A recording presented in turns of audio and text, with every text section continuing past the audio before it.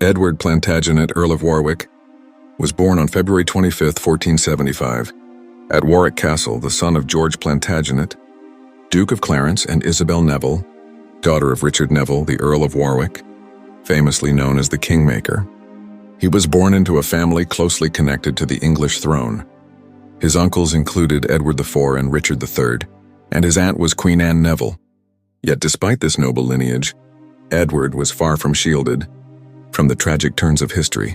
Edward's early life was marked by sorrow.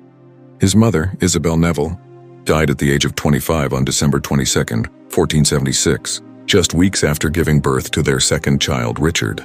The infant Richard died 2 weeks later, on January 1, 1477. At that time, George, Edward's father, was devastated and accused one of his servants of poisoning Isabel. This accusation led to the servant's execution, demonstrating both George's grief and his desperate search for justice, and setting the stage for a series of tragic events that would affect the family deeply. After losing his wife and child, George attempted to protect Edward, who was only 2 years old, by planning to send him abroad, possibly to Ireland or Flanders, to keep him safe from political dangers in England. He even considered replacing Edward temporarily with a child disguised as the Earl of Warwick. However, this plan failed because the officials in charge refused to hand over the child.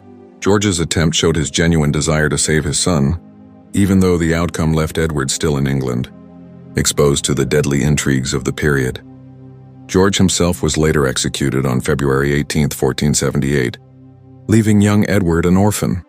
The boy was placed under the guardianship of Thomas Grey, Marquis of Dorset, and raised in an environment fraught with tension, as Plantagenet blood was seen as a threat by the newly established Tudor ruler, Henry VII. Edward's childhood was extremely limited. At the age of 11, by order of Henry VII, he was sent to the Tower of London, where he would spend the rest of his life. Although not confined to a narrow cell, he had almost no freedom of movement, few companions, and little proper education. Tudor chronicles note that Edward could not even distinguish a swan from a rooster, indicating the severe lack of stimulation in his upbringing. His sister, Margaret Pole, Countess of Salisbury, experienced a similarly tragic fate. Born on August 14, 1473, she lived longer than Edward, married and had children, but ultimately became a victim of political intrigue herself. On May 27, 1541, Margaret was executed at the Tower of London at the age of 67, leaving another tragic chapter in the story of the Plantagenet bloodline. Edward Plantagenet himself never lived a normal life. After the death of his uncle, Richard III, at the Battle of Bosworth on August 22, 1485, Edward was truly alone. Henry VII, the new king, saw Edward as a potential threat because of his legitimate claim to the throne. In 1499, Edward was accused of conspiring with Perkin Warbeck, an impostor claiming to be Richard, one of the princes in the Tower. In this highly controversial trial, Edward was trapped in a dire and tragic situation, and he was ultimately executed on November 28, 1499, at Tower Hill, dying at the age of 24. His body was later buried at Bisham Abbey, near the tombs of his famous family, including his grandfather, the Earl of Warwick, the Kingmaker.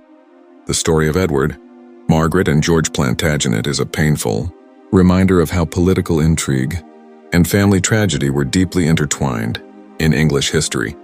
George, though his role may appear tragic, genuinely sought to protect his son, yet history led the family down an unavoidable path.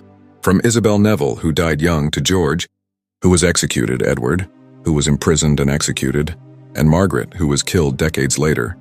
This is a dark chapter in the history of the House of Plantagenet, filled with love, loss, and the harsh realities of fate.